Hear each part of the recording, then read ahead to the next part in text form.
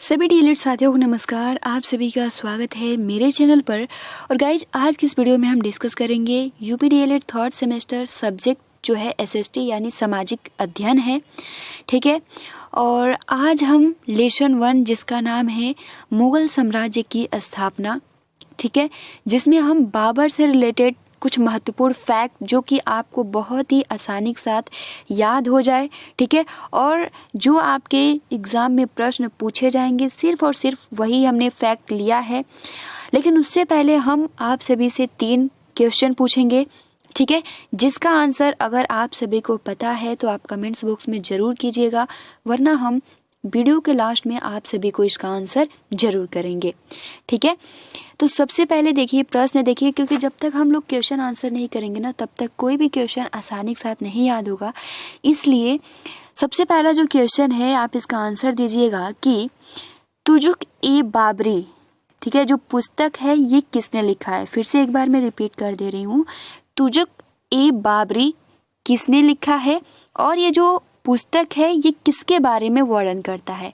इसके बारे में अगर आपको बहुत ही डिटेल्स के बारे में यानी बहुत ही अच्छे से जानकारी है तो आप कमेंट्स बॉक्स में बता सकते हो, ठीक है, हम आपका नाम जरूर लेंगे। और दूसरा जो क्वेश्चन है ना कि जो घाघरा का युद्ध हुआ था, ठीक है, कब हुआ था और किसके किसके मध्य में लड़ा गया था। तो ये 2 क्वेश्चन का आप आंसर जरूर कीजिएगा अगर आपको पता है, और आप प्रयास कीजिएगा कि हम डिटेल्स में इसको बताएं, क्योंकि जब आप डिटेल्स में किसी भी चीज़ के बारे में जब आप जानकारी देंगे तो वो आपको याद तो होगा ही, और जिन साथियों को थोड़ा इसके बारे में जानकारी नहीं होगा उनको भी इससे बेनिफिट मिलेगा, ठीक है। तो आप प्रयास कीजिएगा, वरना हम वीडियो के लास्ट में इसका आंसर जरूर बताने वाले हैं। देखिए जो आपका पहला चैप्टर है ना वो है मुगल साम्राज्य की स्थापना, जिसमें आपको क्या क्या पढ़ना है। तो मुगल साम्राज्य की स्थापना कैसे, किस तरीके से, किसने किया, फिर बाबर के बारे में, फिर पानीपत के प्रथम युद्ध के बारे में, ठीक है। तो आज हम केवल बाबर के बारे में ही डिस्कस करेंगे, और हुमायूं की स्वदेश, ये जितने भी फैक्ट है हम नेक्स्ट वीडियो में डिस्कस करेंगे, ठीक है, क्योंकि एक सेपरेट वीडियो में हर एक के बारे में रहेगा तो आप सभी को बहुत ही अच्छे से जानकारी होगा, ठीक है। क्योंकि जो अगर हम कहें ना जो आपका एसएसटी है थर्ड सेमेस्टर में बहुत ही ज़्यादा सिलेबस है, तो जो महत्वपूर्ण फैक्ट है सिर्फ और सिर्फ वही आप सभी को क्लियर करना है। तो चलिए स्टार्ट करते हैं, और वीडियो को आप सभी लाइक भी कर दीजिए और अपने फ्रेंड्स मित्रों को भी शेयर कर दीजिए। और ये जो नोट्स है आप सभी को टेलीग्राम पर हम शेयर कर देंगे। तो टेलीग्राम से जुड़ने के लिए सबसे पहले तो आपको प्ले स्टोर से टेलीग्राम ऐप डाउनलोड करना होगा, ठीक है, और उसमें सिंपल सर्च करना होगा अपडेट विद काजल। आप टेलीग्राम चैनल से जुड़ जाएंगे और आप सभी को पीडीएफ भी प्रोवाइड कर दी जाएगी। तो चलिए हम देख लेते हैं कि मुगल साम्राज्य की स्थापना किसने किया, ठीक है, बाबर के बारे में कुछ महत्वपूर्ण जानकारियाँ। तो सबसे पहले यहाँ पर देखिए पहला लाइन कहता है ना कि बाबर को भारत में मुगल साम्राज्य का संस्थापक माना जाता है। तो पहला प्रश्न तो यही पूछ लिया जाएगा कि मुगल साम्राज्य के संस्थापक कौन है। तो इसका आंसर हो जाएगा कि मुगल साम्राज्य के संस्थापक जो है वो है बाबर। तो अगर बाबर के विषय में कुछ लिखने के लिए भी आ रहा है तो आप लिख सकते हो कि बाबर जो है वो मुगल साम्राज्य का जनक या इसके संस्थापक हैं, ठीक है। अब बाबर का ठीक है, और देखिए इनका जो जन्म हुआ था, बाबर का जन्म हुआ था मध्य एशिया की एक छोटी सी रियासत थी जिसका नाम था फरगना। तो 2 प्रश्न यहाँ से बन जाते हैं। सबसे पहला प्रश्न कि मुगल साम्राज्य की स्थापना किसने किया, तो बाबर ने किया। और बाबर का जन्म कहाँ हुआ था, तो मध्य एशिया में हुआ था, मध्य एशिया की एक छोटी सी रियासत जिसका नाम है फरगना। और फ्रेंड्स ये जो फरगना नाम है ना इसको आप याद कर लीजिएगा। इस टॉपिक से कोई भी कंपटीशन हो या अगर हम कहें आपका ही एग्जाम हो तो ये बहुविकल्पीय प्रश्न में पूछ लेता है कि बाबर का जन्म किस रियासत में हुआ था। तो यहाँ पर आंसर हो जाएगा फरगना, ठीक है। अपने पिता की मृत्यु के बाद 11 वर्ष की, देखिए वो जैसे ही उनकी पिता की मृत्यु हो गई तो वो बहुत ही कम उम्र में यानी 11 वर्ष की आयु में ही वो क्या हो गए, ठीक है। तो वो बहुत ही कम उम्र में वो क्या हुआ, गद्दी पे बैठ गया। तो आप देख सकते हो बाबर का जो अगर हम कहें ना तो उसका जो हिस्ट्री है बहुत ही अच्छा है। सबसे पहले तो उसने मुगल साम्राज्य की स्थापना किया। उसका जो जन्म हुआ वो मध्य एशिया के रियासत यानी फरगना में हुआ था और उसके पिता की जो मृत्यु हुई बहुत ही कम उम्र में हो गई, जिसके कारण वह 11 वर्ष की अल्प आयु में ही वह क्या हो गया, गद्दी पर बैठ गया। ठीक है। और यहाँ पर देखिए भारत यानी जो बाबर था अगर भारत पर आक्रमण किया तो उसका क्या उद्देश्य था, प्रश्न यहाँ से यही पूछेगा। और अगर बाबर से रिलेट करके कोई भी क्वेश्चन पूछा जाता है तो इन्हीं में से पूछेगा, अदर कहीं से नहीं पूछेगा। तो भारत पर बाबर के आक्रमण के ठीक है क्या उद्देश्य थे, आइए इस पे हम लोग चर्चा करते हैं। तो भारत की राजनीति स्थिति उसके अनुकूल थी, जो बाबर को भारत पर आक्रमण करने के लिए उत्साहित कर रही थी।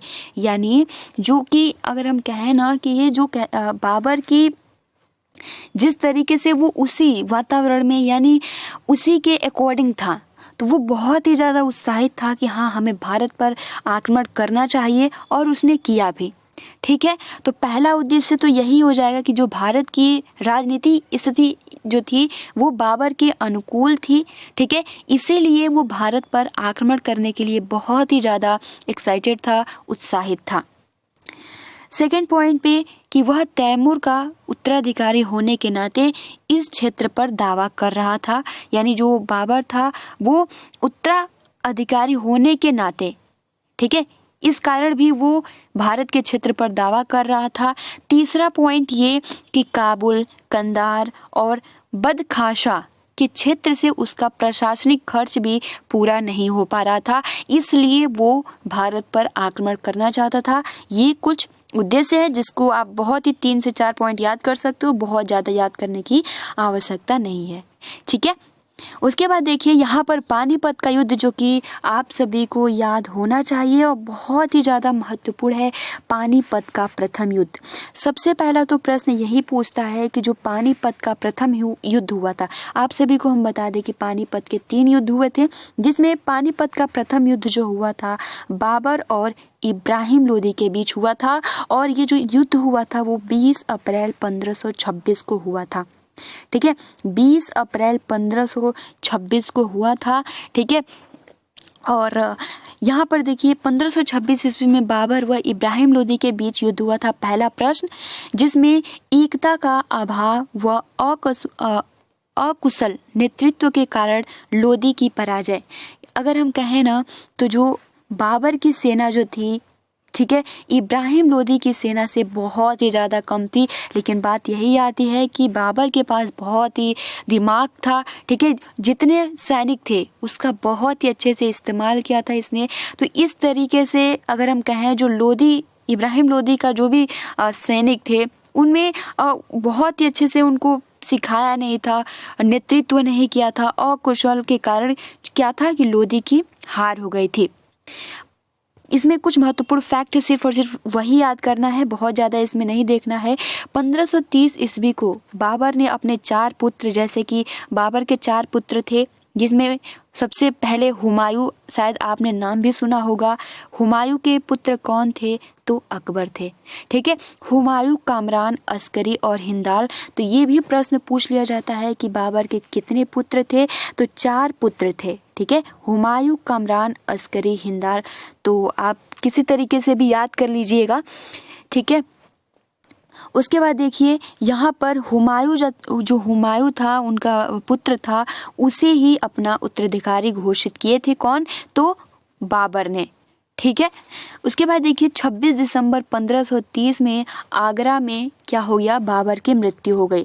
तो इस तरीके से तो आपने देखा कि बाबर की मृत्यु हो गई, लेकिन इससे रिलेटेड कुछ महत्वपूर्ण फैक्ट जो कि हमने जो शुरुआत में क्वेश्चन पूछा था, और देखिए बाबर से रिलेटेड अगर आप इतना तैयार कर लेते हो तो बहुत ज़्यादा है, इसमें और ज़्यादा पढ़ने की आवश्यकता नहीं, क्योंकि जो सिलेबस है ना वो आपका बहुत ही ज़्यादा है। ठीक है। तो जैसे कि यहाँ पे आपने शायद ये ट्रिक पढ़ा भी होगा, आपने बचपन में भी आप सभी को पढ़ाया भी होगा कि बाबर से रिलेटेड ऐसी ट्रिक के माध्यम से आप किस तरीके से याद कर सकते हो कि 26 में पानी पिया, 27 में खाया खाना, 28 में दिया चल, 29 में गया घर, 30 में गया मर। तो यहाँ पर आप देखेंगे ना, तो जब आप ये बोलेंगे 2 से 3 बार, तो कभी भी अगर एग्जाम में अगर इससे रिलेटेड क्वेश्चन पूछता है तो आप बहुत ही आसानी के साथ बता सकते हैं।